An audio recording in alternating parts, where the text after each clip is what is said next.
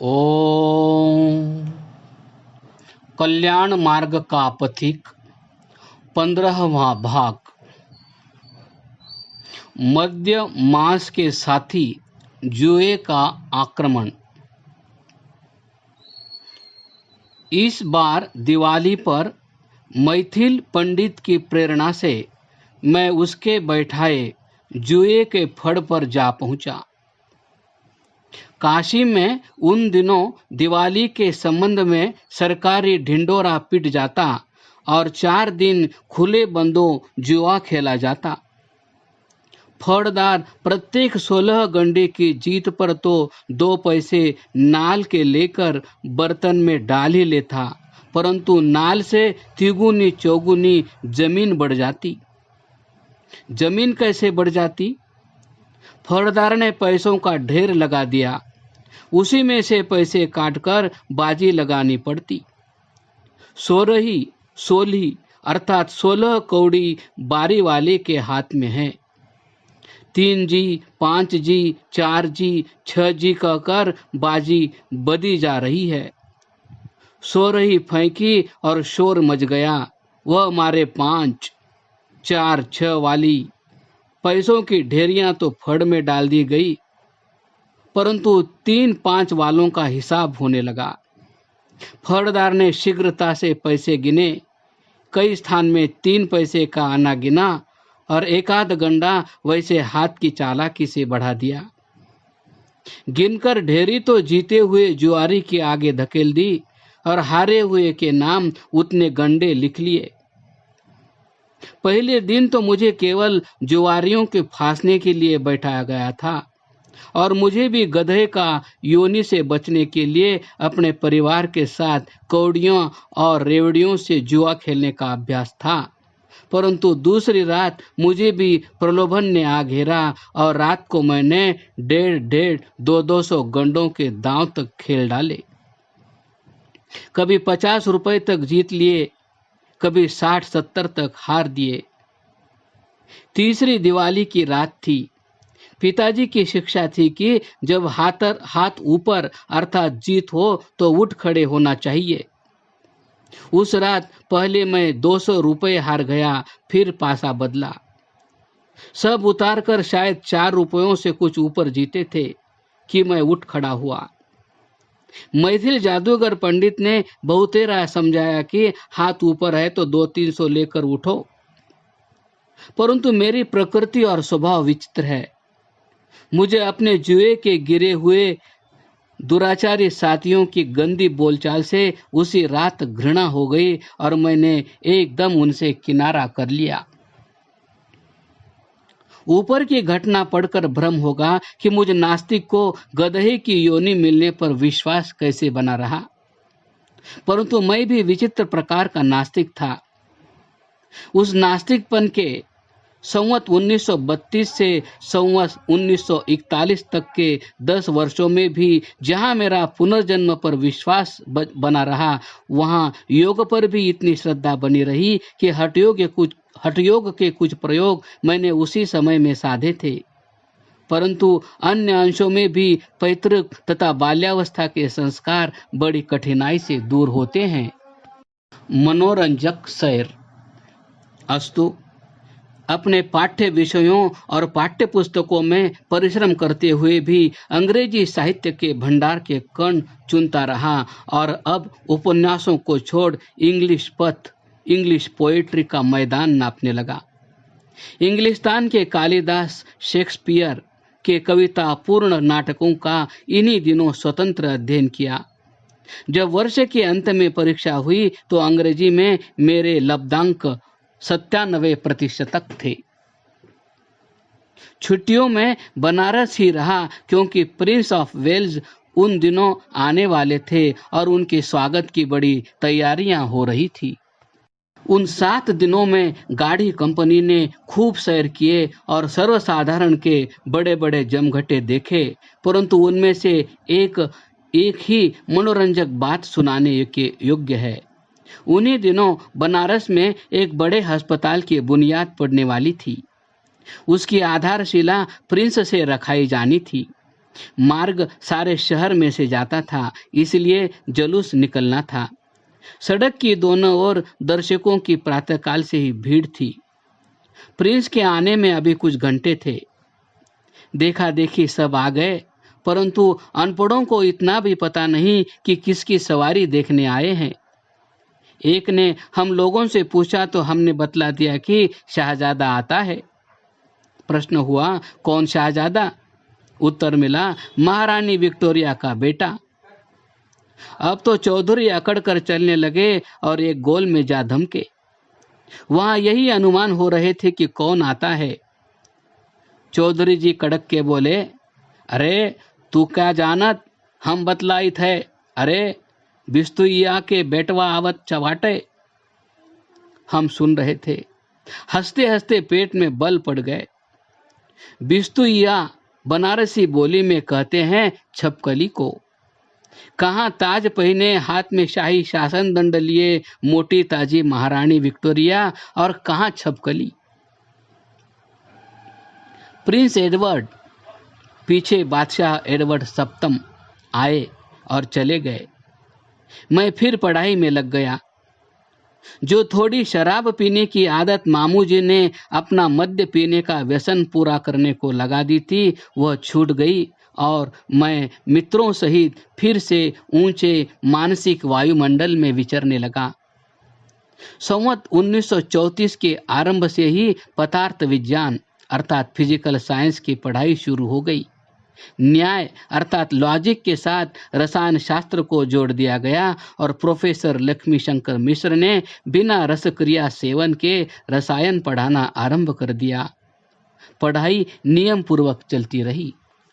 माघ में समाचार आया कि पिताजी की बदली बलिया से मथुरा को हो गई है। फिर सारा सामान बलिया से किश्ती में मेरे पास आ गया, जो सब नीलाम कर दिया गया। केवल वह सामान रह गया जो सीधा अपने घर तलवन भेजना था। मेरा विवाह जुलाई के अंत में होने वाला था। पिताजी ने नई बैठक बनवाई थी। उसके लिए एक 10 बत्ती का झाड़, 4 हांडियां और 8 दीवार गिर खरीद कर रख दिए थे और उनका घर भेजना मेरे सुपुर्द कर दिया गया। इधर होली आई और गाड़ी कंपनी ने उसे बड़े समारोह से मनाया। दुल्हड़ी के दिन शाम को यह सूझी कि गुंडों का रूप धारण करके चलना चाहिए। हम 4 थे।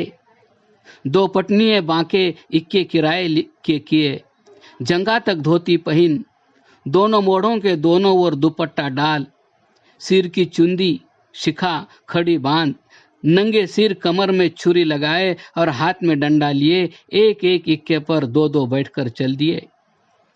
इक्के छन छन करते पहुंचे।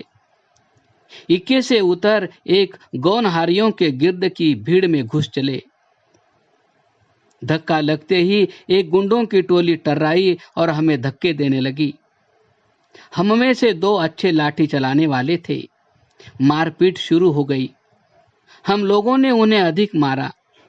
पुलिस के आते ही हम चारों चंपत हुए और इक्कों पर सर पैर रखते ही हवा की तरह उड़ गए। भागकर घर पहुंचे और बहुरूप उतारकर फिर सभ्य विद्यार्थी बन गए। हमारा तो किसी को पता भी न लगा, परंतु 10-15 गुंडे पकड़े गए जो कि पुलिस की भेंट पूजा करके छूट गए। प्रण तो किया कि आगे से ऐसा बहुरूप धारण न करेंगे, परंतु 2 दिन पीछे ही कुछ और सूझी। बनारस में होली के पीछे जो मंगल आता है उसे बुढ़वा मंगल कहते हैं। उस रात से शुरू होकर बृहस्पतिवार की सारी रात तक गंगा में किश्तियां छूटी रहती है। उन्हीं में नाच तमाशे होते हैं। 7-7 किश्तियां बांधकर बड़े कमरे सजाए जाते हैं, जिनमें रंडी लौंडों के नाच और भांड भड़ेलों के तमाशे होते हैं। उस समय होते थे, अब मालूम नहीं क्या हाल है। मंगल के सवेरे सूजी की तमाशा देखने को एक बड़ी किश्ती सजाई जावे। हरि ने और मैंने रुपए दिए, किश्ती किराए कर ली गई। सजाने को समय थोड़ा था। सामान खरीदने का काम मलजी के सपुर्द किया गया। लट्ठे लेकर चारों ओर बढ़ई से गड़वा लिए, ऊपर बल्लियां बांध ली बल्लियों के ऊपर नीचे किराए पर लेकर दोहरी दूसूती लगा दी गई। गिरदा गिर्द कागज काटकर झालर बन गई। मेरे यहाँ पड़े झाड़ादी टांग दिए गए। लट्ठों को सफेदे से रंग कर उस पर कागज की बेल लपेटी गई जो बाफ्ते की बेल को मात करती थी।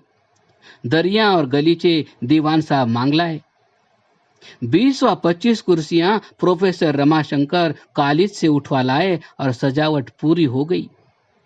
पियरी के एक कायस्थ मुख्तार साहब के साहबजादे सितार में वाजपेयी जी के शागिर्द थे। उन्होंने एक तमोटी लाकर कमरे के पीछे लगा दी और सितार तबले का भी रंग जम गया। 9 बजे रात को न केवल गाड़ी कंपनी का मित्र दल ही पहुंच गया, प्रत्युत एक एक दर्शक सब साथ लाए। प्रोफेसर रमाशंकर मिश्र M.A. स्वयं पंजाबी बंदेज का पगड़ बांध कर आए जो उन्होंने कलकत्ते में राय मूलराज M.A. पंजाबी से सीखा था। राय मूलराज ने उसी साल कलकत्ते में प्रेमचंद रायचंद छात्रवृत्ति की प्राप्ति के लिए परीक्षा दी थी और कृतकार्य हुए थे। रमाशंकर तो जैसे ग्रांडिल जवान थे वैसे ही पगड़ से दुगने रुबाबदार बन गए, परंतु अपने साथ एक अंग्रेज को ले आए। किश्ती के ऊपर बड़ा झंडा फहरा रहा था जिसके एक ओर लिखा था नॉलेज इज पावर, अर्थात विद्या ही बल है, और दूसरी ओर लिखा था गाड़ी कंपनी। फिर क्या था, जिधर हमारा शानदार दरबार हाल पहुंचता सब किश्तियां हट जाती, यहाँ तक कि कोतवाल की गश्ती नाव को भी चीरता हुआ हमारा कच्चा अच्छे से अच्छे तमाशों के समीप पहुंच जाता। बृहस्पतिवार की रात भर आवारागर्दी की गश्त करते हुए शुक्रवार के प्रातःकाल हम सब उतर आए और सब सामान अपनी अपनी जगह चला गया। इस बार मुझे मेले के पीछे उदासी ने घेर लिया क्योंकि मेरे आत्मा के अंदर से उसके विरुद्ध आवाज उठ रही थी। बुढ़वा मंगल की समाप्ति कर भंग पीने का अभ्यास सारे मित्र मंडल को हो गया। एक सप्ताह पीछे मेरे प्यारे मित्र हरि के भगिनी का कलकत्ते में विवाह था। वह आग्रह करके मुझे ले गया, परंतु वहां रहना 2 दिन ही हुआ। सिवाय विवाह के घर और बंगाली धनाढ्यों के सहभोज के और कुछ न देख सका। इस स्थान में एक घटना का संकेत मात्र करके उसके विस्तार में नहीं जाऊंगा। माघ संवत 1934 के आरंभ में मैथिल पंडित द्वारा हसन खां जिन्नी से भेंट हुई थी। उसके विषय में जो चमत्कार प्रसिद्ध थे उनमें से कुछ मैंने भी देखे थे। उस समय उनका हल मुझे नहीं सूझा था, परंतु अब उनकी तथा मैथिल पंडित की जादूगरी की असलियत मेरे लिए स्पष्ट हो गई है। पिताजी ने मुझे ज्येष्ठ के अंत में ही बुलाया था, इसलिए आषाढ़ के प्रथम 2 सप्ताह की छुट्टी लेकर चल दिया। विचार यह था कि विवाह से निवृत्त होकर काशी लौट आऊंगा और वहां ही FA की परीक्षा दूंगा, इसलिए मेरे मित्र मुझे सदा के लिए विदा करने नहीं चले थे। गंगा पार जाकर मित्र मंडल ने रेल में बैठाया। चलते हुए सबके आंसू भर आए। मैं मार्ग में उदास रहा, परंतु रात बीतने पर जब प्रातः मेंढू के स्टेशन से ट्रेन बदलकर छोटी ट्रेन अर्थात Mathura Hathras light railway train में बैठा तो नए दृश्यों को देख मित्रों का बिछोड़ा भूल गया। इंजन बग्घी की चाल चल रहा था। ड्राइवर और गार्ड दोनों हिंदुस्तानी थे। जहां गांव आया ट्रेन खड़ी करके रोटी खाने लग गए। फिर ट्रेन जरा तेज चला ली। आम के वृक्ष दिखाई दिए तो कच्ची अंबिये तोड़ने की सूझी। ट्रेन मथुरा पहुंची और पिताजी की भेजी गाड़ी में बैठकर मैं डेरे पर पहुंचा। क्रमशः